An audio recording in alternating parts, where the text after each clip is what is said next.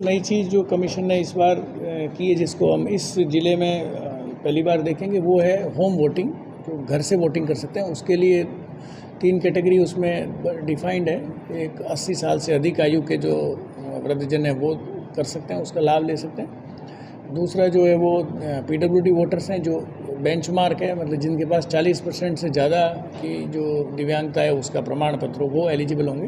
और तीसरे Covid affected हैं, क्योंकि कोविड अभी इस समय नहीं है, तो ये 2 कैटेगरी अपने काम आएगी। और इसमें हमने जो अनुभव किया है और जो देखा है, जो कमीशन ने भी बताया अपनी प्रेस कॉन्फ्रेंस में, कि लोगों को मतदान केंद्र पे जाके मतदान करना बड़ा अच्छा लगता है, खुशी होती है और एक पर्व सा होता है। लेकिन जो ऐसे लोग हैं इस कैटेगरी में से, जो इतने बीमार हैं या इस तरह की कोई स्थिति है कि वो नहीं मूव कर सकते, उनके लिए होम वोटिंग की सुविधा है। तो इनको 12D एक फॉर्म दिया जाएगा, जो पोस्टल बैलेट की तरह पोस्टल बैलेट होगा, और घर पे इनके बूथ बनेगा और वहाँ जाकर के वोटिंग करवाई जाएगी। उसका पूरा एक प्रोसीजर है, वो पूरा हम करेंगे, उसको फॉलो करेंगे। जैसे ही इलेक्शन डिक्लेरेशन होंगे, उसके बाद इस पर कार्रवाई प्रारंभ करेंगे।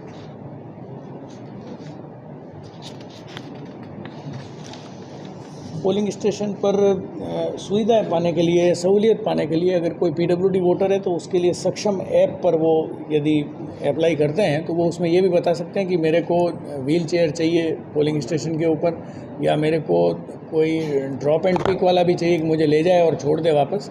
तो वो सुविधा भी यदि कोई मांग करता है तो हम उसको भी निश्चित रूप से प्रोवाइड करेंगे।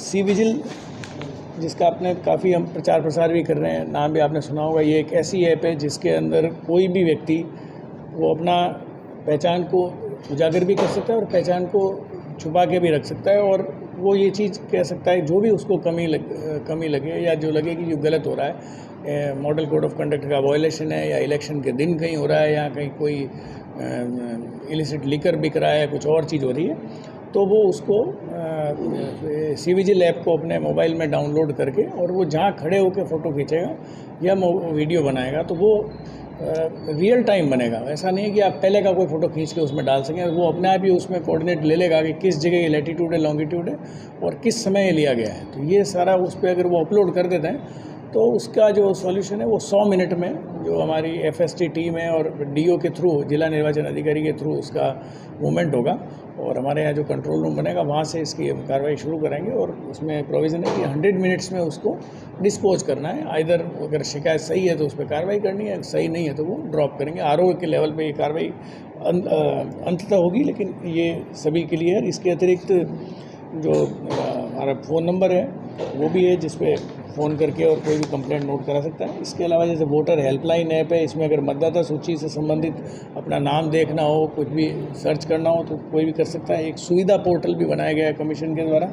सुविधा पोर्टल कैंडिडेट्स के और उनके सभी के लिए कि परमिशंस लेने के लिए किसी भी प्रकार की जितनी तरह की परमिशन है, चाहे वो रैली की परमिशन है, कोई मैदान की परमिशन है, या कोई हेलीकॉप्टर को यूज़ करने की परमिशन है, तो उस पर वो ऑनलाइन अप्लाई कर सकते हैं। तो इससे ये फ़ायदा होगा कि कई बार ये शिकायत भी रहती है कि साहब मैंने पहले अप्लाई किया लेकिन इसको परमिशन पहले दे दी, वो चीज़ नहीं होगी। उसमें अपने आप ही टाइम आएगा, तो जो फर्स्ट कम फर्स्ट सर्व वाला जो मेथड है, वो पारदर्शिता के साथ हम पूर्ण कर पाएंगे।